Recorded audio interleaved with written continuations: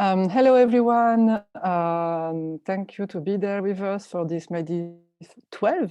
It's the number 12 Ukraine meeting, and it's our third and last meeting with Nadiia Bernard-Kovalchuk, who made us the pleasure to have already 2 talks with us and who is going to present us today. The 2 projects she's running one of the projects, and the other one is at the Institut Culturel d'Ukraine à Paris, an exhibition which is called the Indomptables, that you can't tame, with contemporary photography, photojournalists from Ukraine on the conflict. And her project, the library, with books in French, English, and visual in photography, to get a better understanding of Ukraine identity and the situation. Thanks a lot, Nadiia, and please start whenever you want. Hello, everyone who's listened to us. Thank you very much, Karina and Boris, for inviting me and for giving me the floor today to speak about this project. So I'm showing my screen where you can see the front wall of the facade of Ukrainian Center in Paris. So I think it would be interesting to start with an explication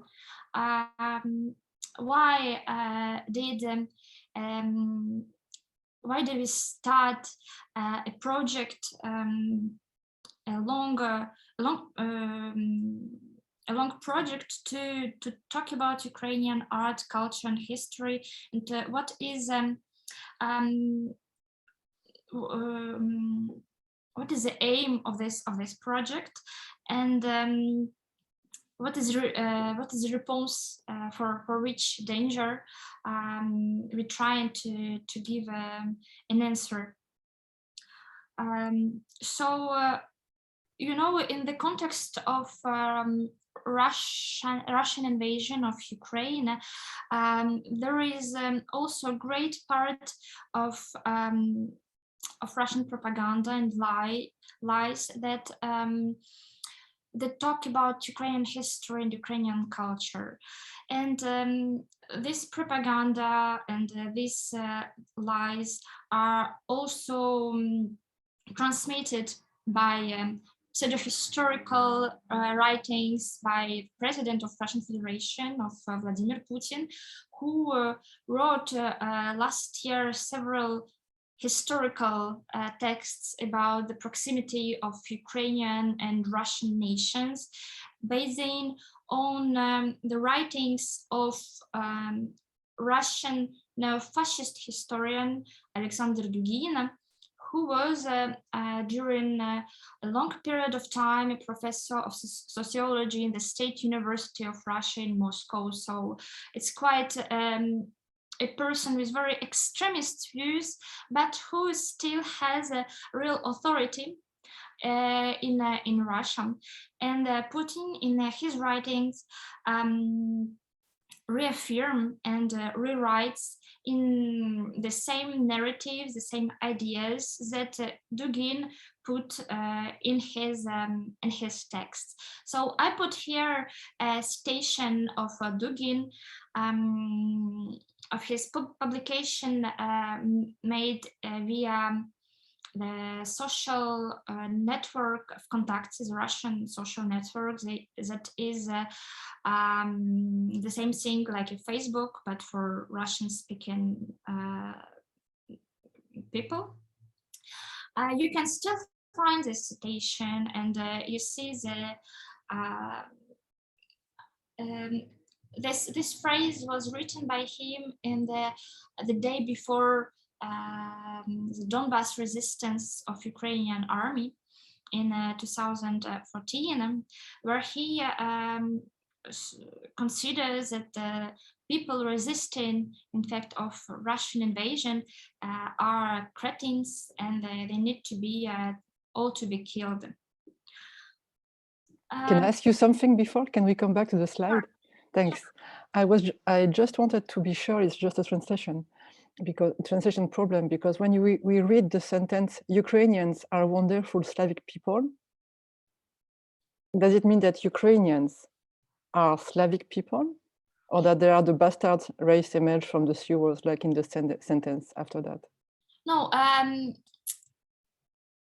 he says that he don't believe that the people the army who resist, they are Ukrainians, because he knows Ukrainians as wonderful Slavic people who won't resist to a great hug of brother Russian. So, and he says that, no, these people who resist us aren't Ukrainians. That is kind of nerds, kind of bastards that emerge from nowhere. And this kind of person must be eradicated. Okay, I understand better. So the good Ukrainians are those who don't resist, and the others are just not Ukrainians. Yeah. Okay. And to go further, not only Ukrainians are brothers with Russian people. Only a day before the Russian invasion, Putin proclaimed that, in fact, Ukraine was created by Lenin.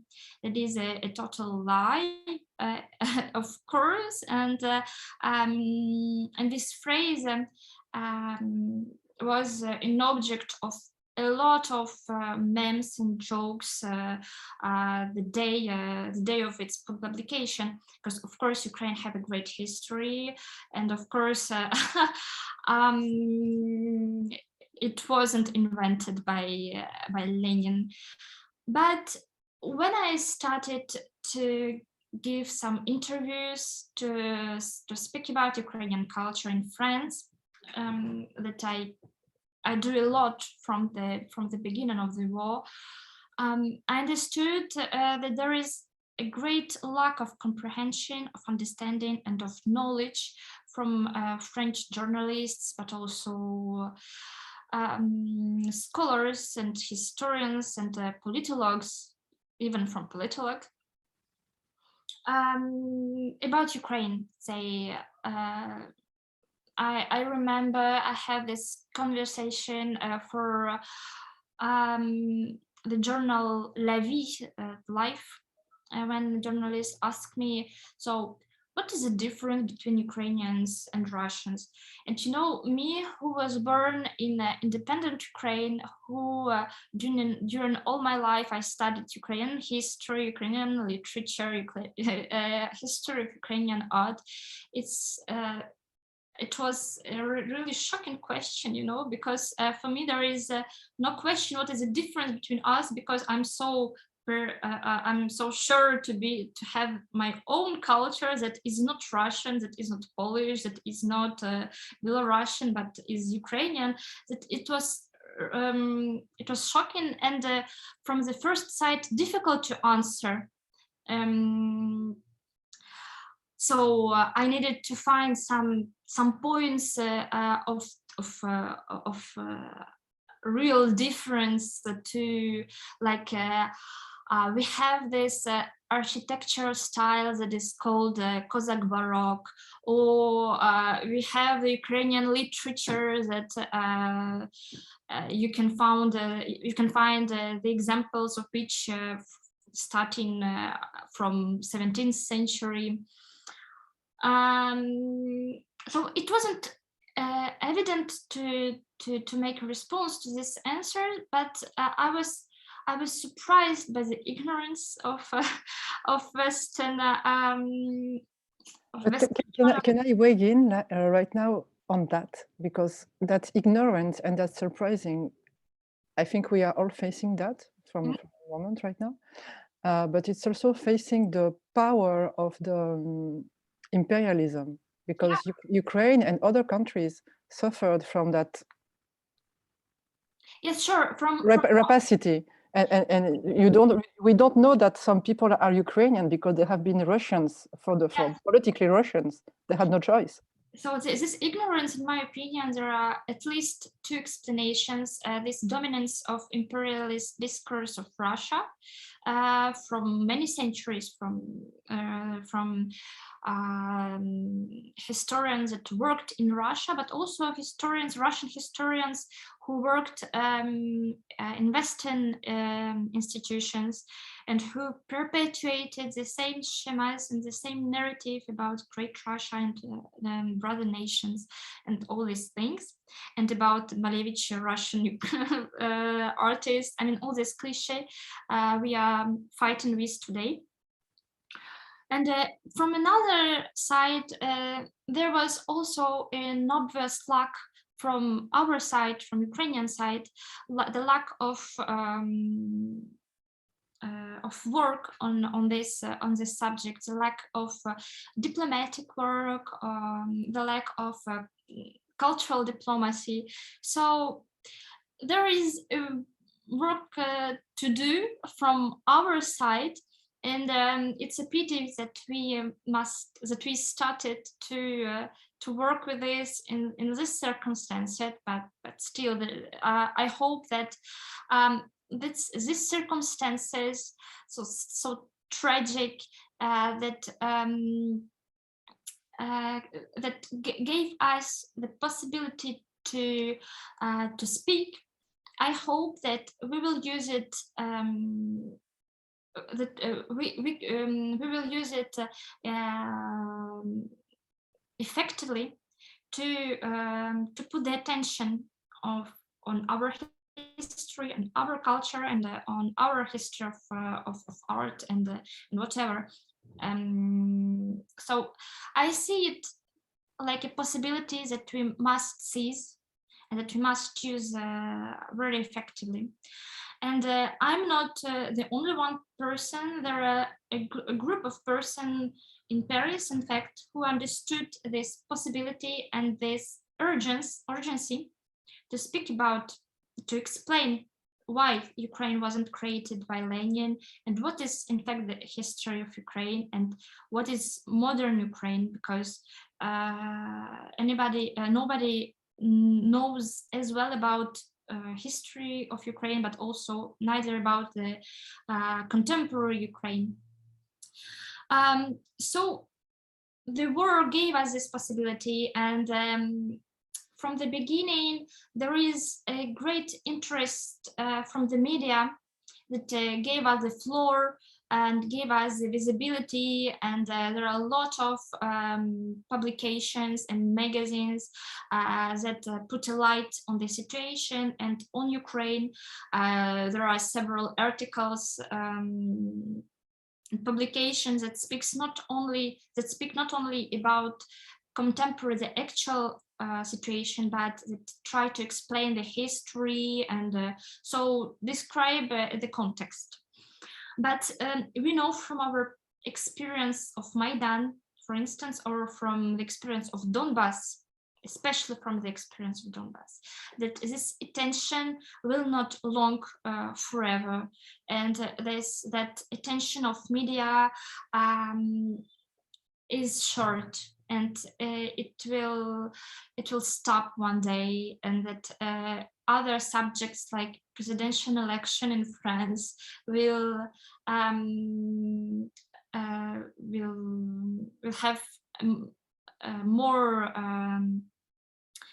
visibility through the media. So a group of people who are professionals in arts and culture in Ukraine, several moved from Kyiv because of bombing and because of war, and they live for a moment. So they live for a moment in Paris. They decided to form a new group of person who would invest the building of the cultural center of Ukraine with a kind of festival or program that speak about Ukraine in different way through the series of exhibitions, through the series of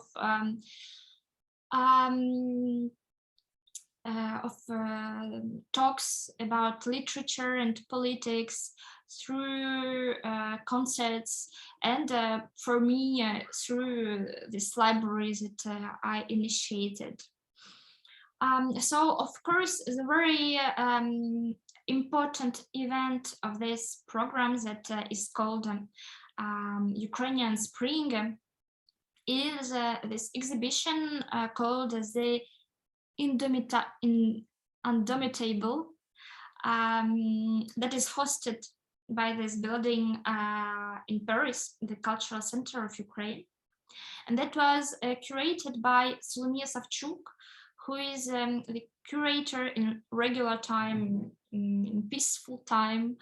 He's a curator of Мистецький Arsenal Center, the very great exhibition center in Kyiv, who can be compared with Palais de Tokyo or Grand Palais, because it doesn't have its own collection, but is used mostly like a platform for big collective exhibition, because it the center itself, it's the ancient arsenal, so it's really huge building.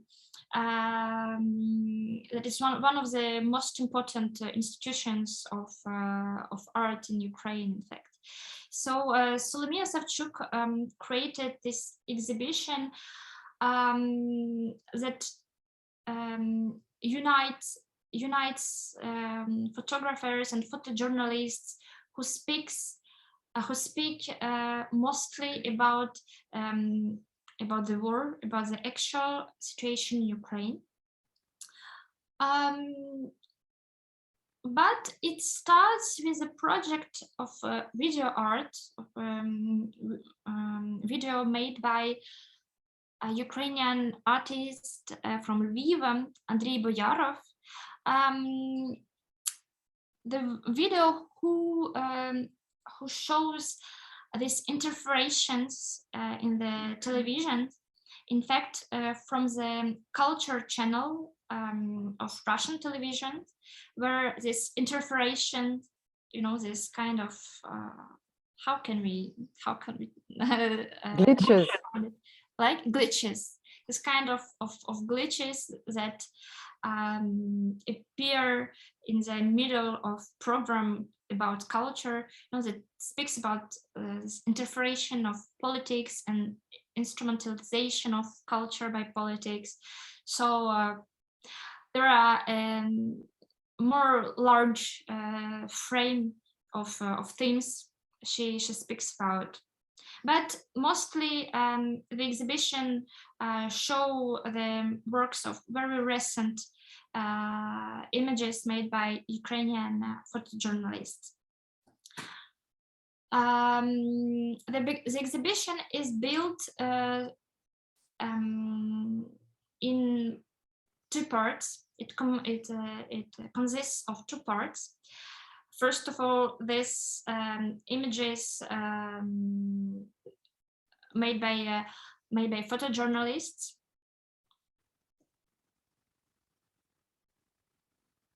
Some of them became really like iconic photos. I don't know whether you saw them, but I saw several times. For instance, this picture.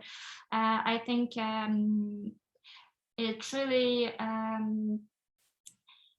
has a kind of iconic effect, because we personally I recognize this picture. I saw it several times, and I think it was important to put some famous picture in the exhibition. For instance, this one was taken in the Uzhhorod railway station. Uzhhorod is a city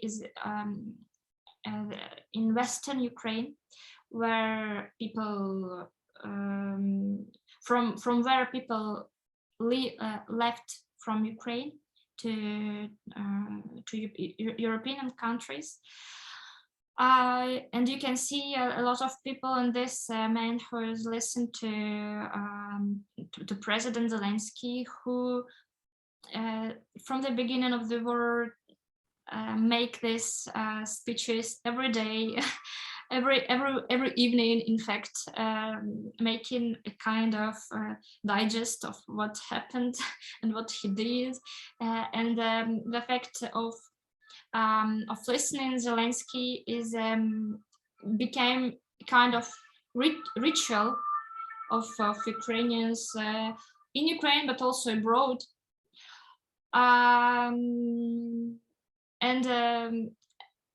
So this image shows this kind of ritual and kind of new reality of Ukrainians from the beginning of the war. This one I also consider that it is quite popular. I saw it also several times. That show the pictures that shows a man trying to escape Kyiv with his cat and fish.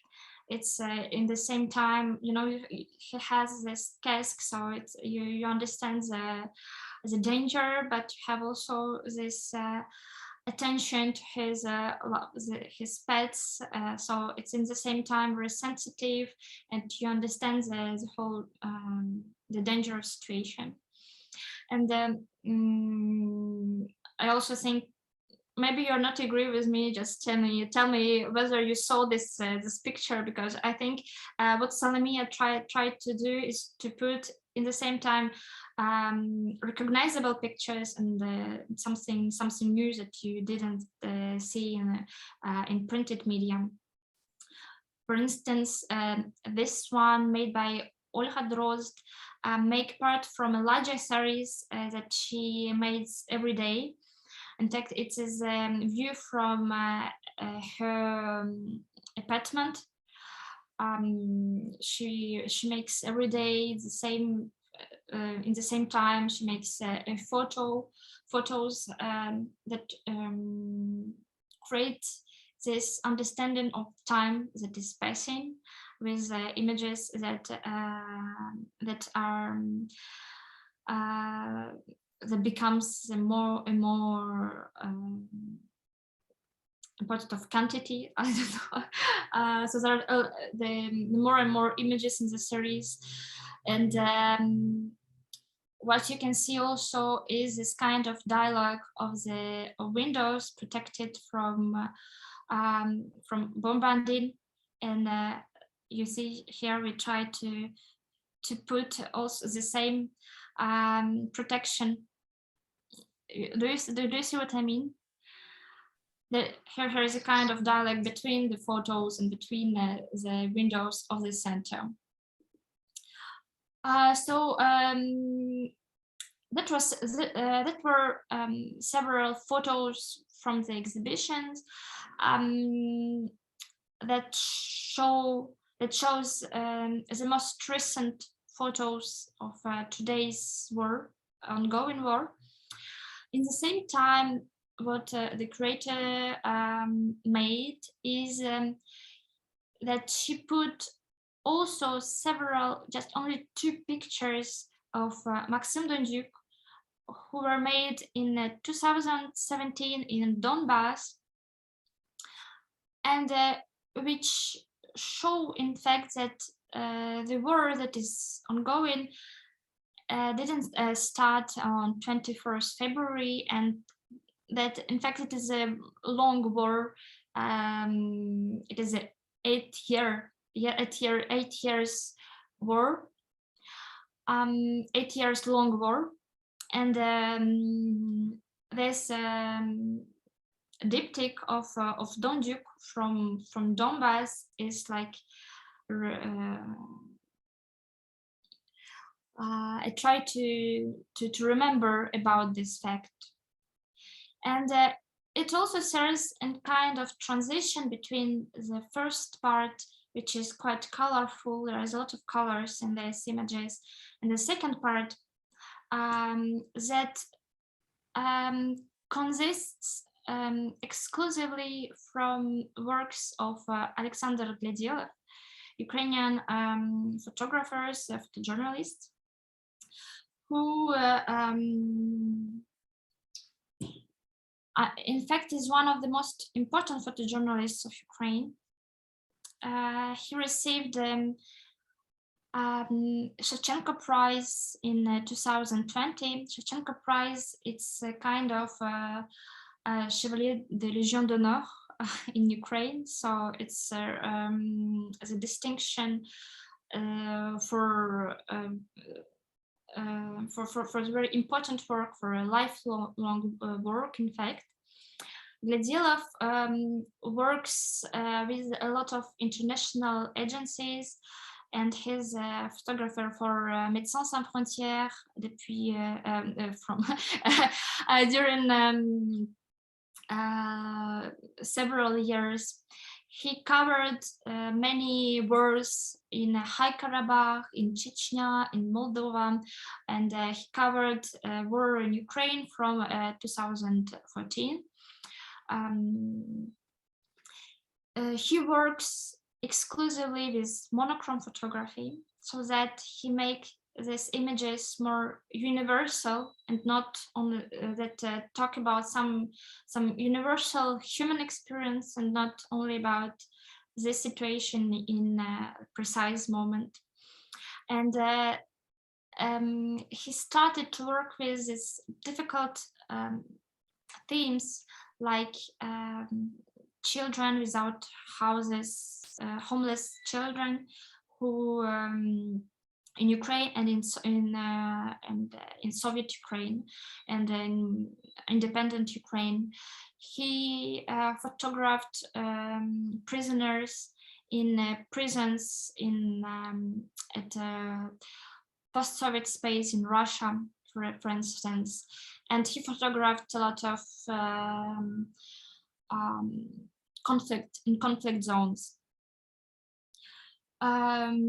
So how I said you, I think it would be really great if Alexander Gladio could speak during these talks on your channel, because he has a lot of things to say about his experience of covering other wars. Maybe I would like to ask him what is the difference between covering this war and the other war, because he can compare, he can make this comparison. Hey, Nadiia, we told you, it's whenever you want.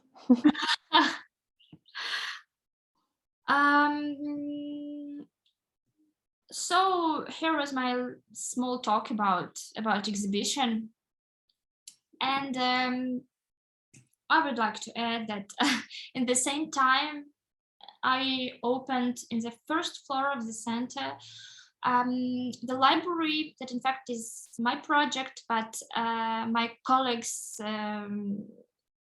helped me a lot to make it possible. I understood when I spoke to journalists, I understood that in fact often people don't even know where to look for information about Ukraine. And I saw there are a lot of libraries who tried to put and to exhibit some books from their collections to speak about Ukraine. And most of the time, there was so few of these books. And I understood that this selection in libraries didn't really don't really form the panoramic vision, neither of Ukrainian history, neither of contemporary Ukraine, neither they can answer the question what is going on today and why is it going on. So I put together in the same time books in French or English, because my audience is French and international visitors of the center. I I put together books that talk about Ukrainian history, the art history, culture, geography, literature, classical literature, but also contemporary literature, and essays that speak about actual political situation.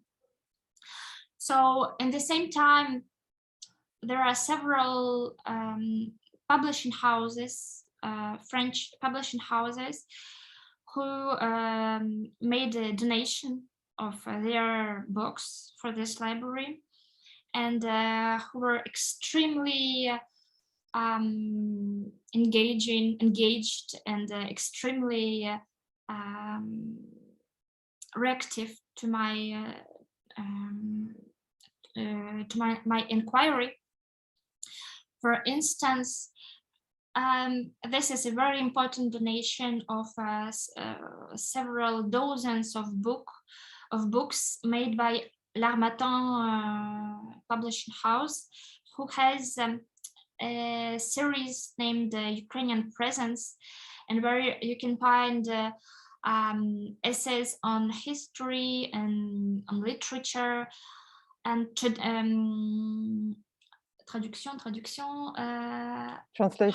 translations of Ukrainian literature, but also facsimile of some essays that were written in 17th or 18th century, and that is impossible to find anywhere else, from foreign travelers and who wrote on Ukraine, about Ukraine,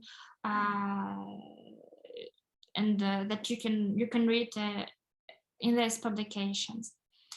I have also, of course, I put my own books from my own collections. So you have a lot of books about Kharkiv School of Photography that is well presented, and there are also several private people who gave their own books so that I can put it for visitors of the center. So from one side, you have new books from Gallimard, or from Harmattan, or from Bleu Jaune Edition. There are several publishing houses. The new books that you can still order, and the idea primarily was to show publications that exist, in fact, that maybe you can order for yourself via libraries. There are also libraries who gave us several photo books. For instance, the Del Pire and Co. library, they gave us this, the photo book of Chekmenyov, of Passport, you see. And also here is also a new book about Babi Yar. They also gave us, so I'm so glad that they were so engaged, and that they respond to this demand. And from the other side, I have several books from private person. And this book, frequently they are no longer available to order. That are old books and vintage books made a dozen years ago.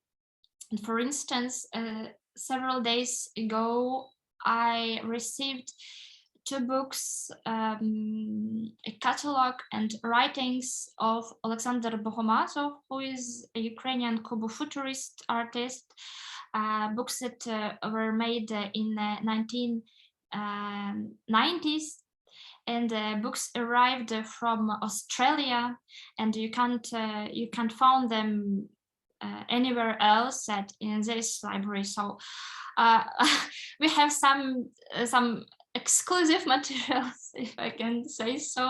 Not only something you can easily found in FNAC or I don't know what in any library, but some exclusive things that make this library more precious, I think. And I have a question about all these books. Is there a list somewhere? A list?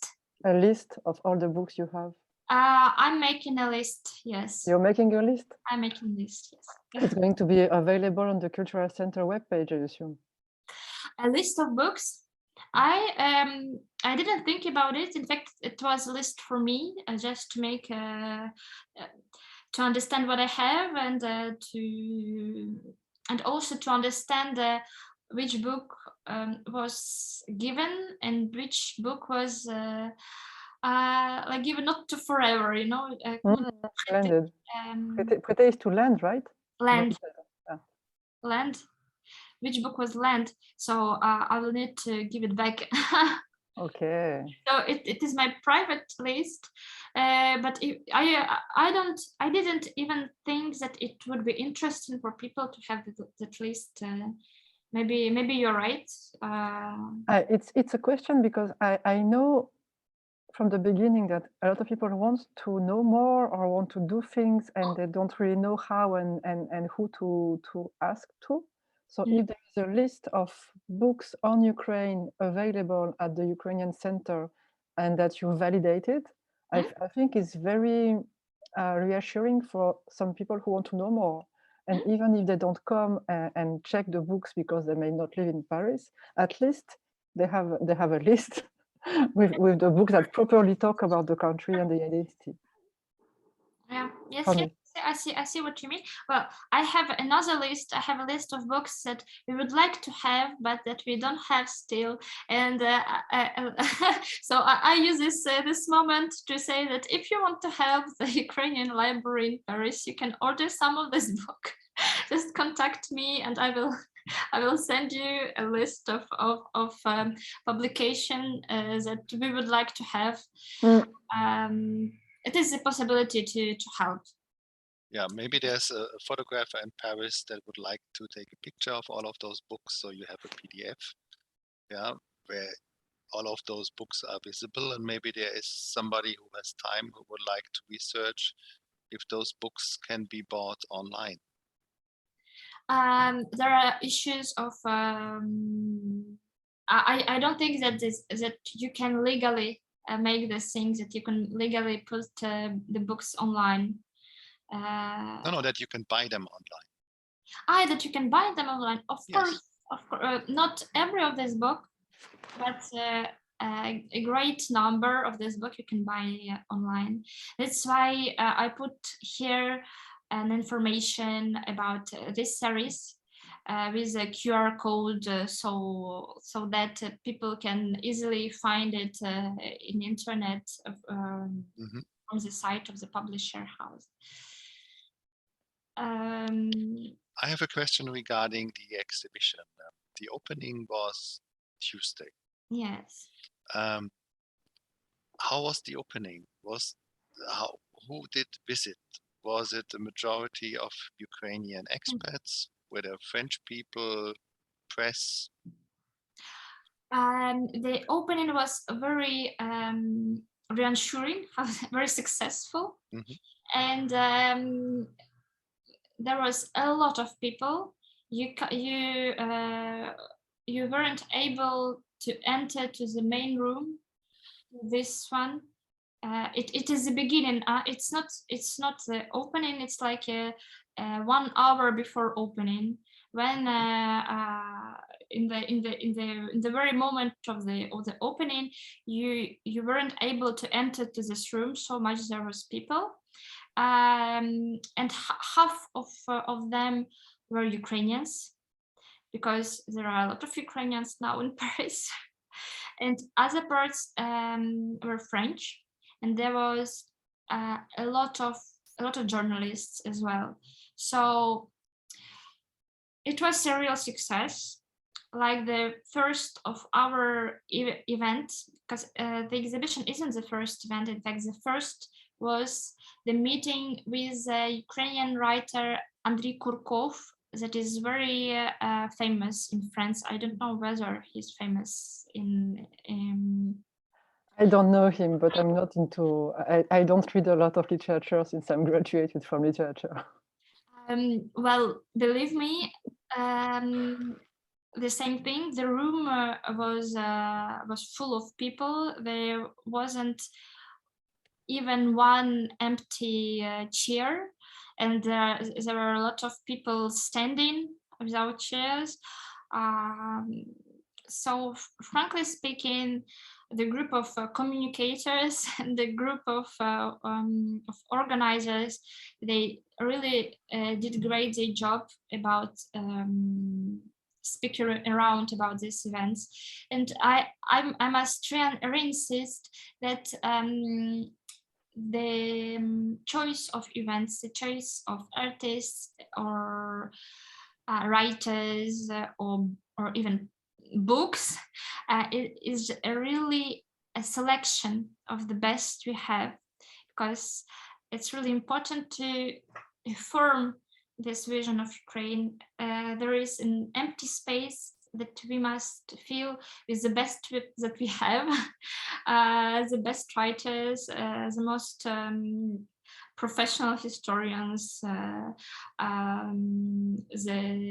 most visible artists, the best photographers. So the selection of events is really made by professionals in every domain of culture. And that's why that's why they are successful also, because the content of this event is of a great quality.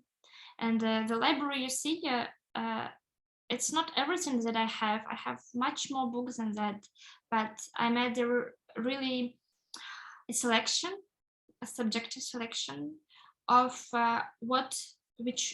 of books that, from my opinion, form this vision of Ukraine with great history, but also of Ukraine that is a modern country with this aspiration to democracy and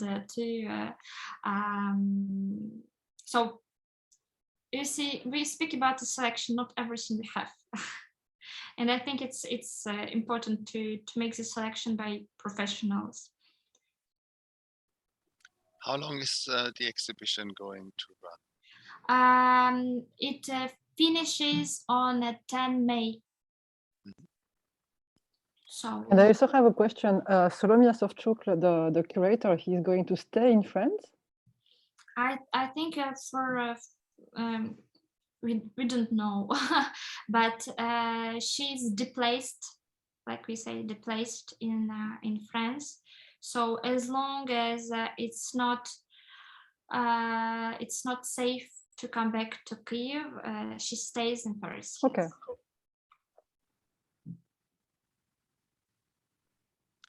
And the exhibition is visible and open every day from 11 a.m. to 7 p.m. So, and the library is open as well during these hours. There are tables and chairs. You can come with your computer and work with these books. If you can send me a direct link, I will put it on the web page and also below it. Thank you very much. Sure, I'll do this.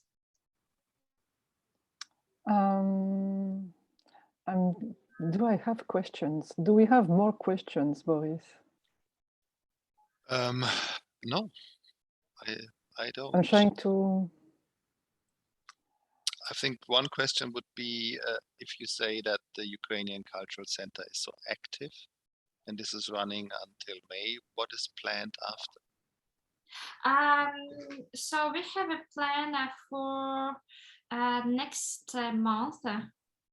I can send you as well the program. Mm-hmm. Ambassade. How I said, there are in the same time meetings with writers, exhibitions. There is already next exhibition that is programmed, which will be the personal exhibition of Alexei Sai, the Ukrainian artist Alexei Sai, that opens 10 May. So it's a bit weird. They plan to close one exhibition and to open the other in the same day. I think there will be a readjustment in the program, but it will open in the beginning of the May. Mm-hmm. There are several concerts, and there will be also a meeting in the frame of a festival of book, of the French festival of book, Festival du Louvre. The meeting with Sofia Andruchovich, which is one of the most prominent Ukrainian authors nowadays, and I'm very glad and I'm very surprised, in fact, that finally we have the person of this importance in that participate in the program of Ukrainian Center, because I must say that before it wasn't very active. It wasn't very active because there was only one person who worked in this center. It's impossible to make anything that when there is only one person. But with the groups of volunteers and a group of professionals, I see that the program is truly of a great quality, and people who take part in these events really represent the very best of contemporary Ukrainian culture. I have a very last question. Is this happening only in the Cultural Center of Paris, or is it the same flourishing and super active moment in every cultural centers in Europe and the world? You mean whether there are other cultural centers, Ukrainian cultural centers anywhere in the world? Being that active suddenly. So I don't know whether there is another cultural center that received so important professionals to support their activities, because this is a human factor that was decisive in the case of this institution. But there is an Ukrainian Institute of London that is very active for several years. It is one of the example, I think, for other cultural centers. They invite very prominent scholars and prominent artists, and but it wasn't. It's how to say it. Its activity is not supported by the case of the war. It was already active years ago, so maybe the case of Parisian Cultural Center of Ukraine is in some extension extraordinary and unique for this moment. Anyway, maybe we will see other initiatives that will flourish in days and a week, next days and week. But for instance, I see that Ukrainian Center in Paris truly became a kind of exception. And I hope that it will last, because that is one of the main objectives of this program and of this group of volunteers, to keep speaking about Ukraine. Well, thanks. I think we had a big overview, and I really hope a lot of more people will keep speaking about Ukraine and Ukraine fight for identity. Thank you so much, Nadia. Thank you very much, Karine and Boris. One more time. Yeah. It was lovely to have you, and it was so interesting to follow all the topics you talked about, and thank you so much.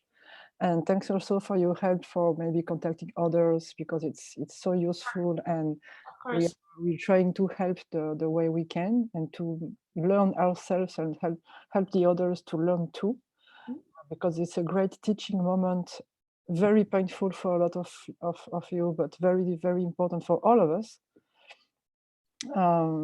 So thanks. Thank you. I will make everything I can to support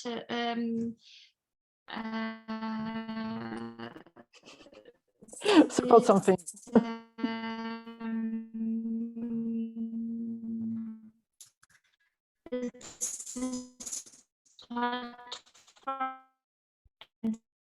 I'm sure that you make a great job. You froze. Yes, now in the last minute she froze. But that's okay. Now she's not frozen anymore, but it's easy over. Thanks. Well, thank you, She's Nadia. okay. Thanks everybody for watching. Yeah. And well, there will be more talks. Just follow us on the channels you already know, social media and web pages. Bye for today. Bye, everyone.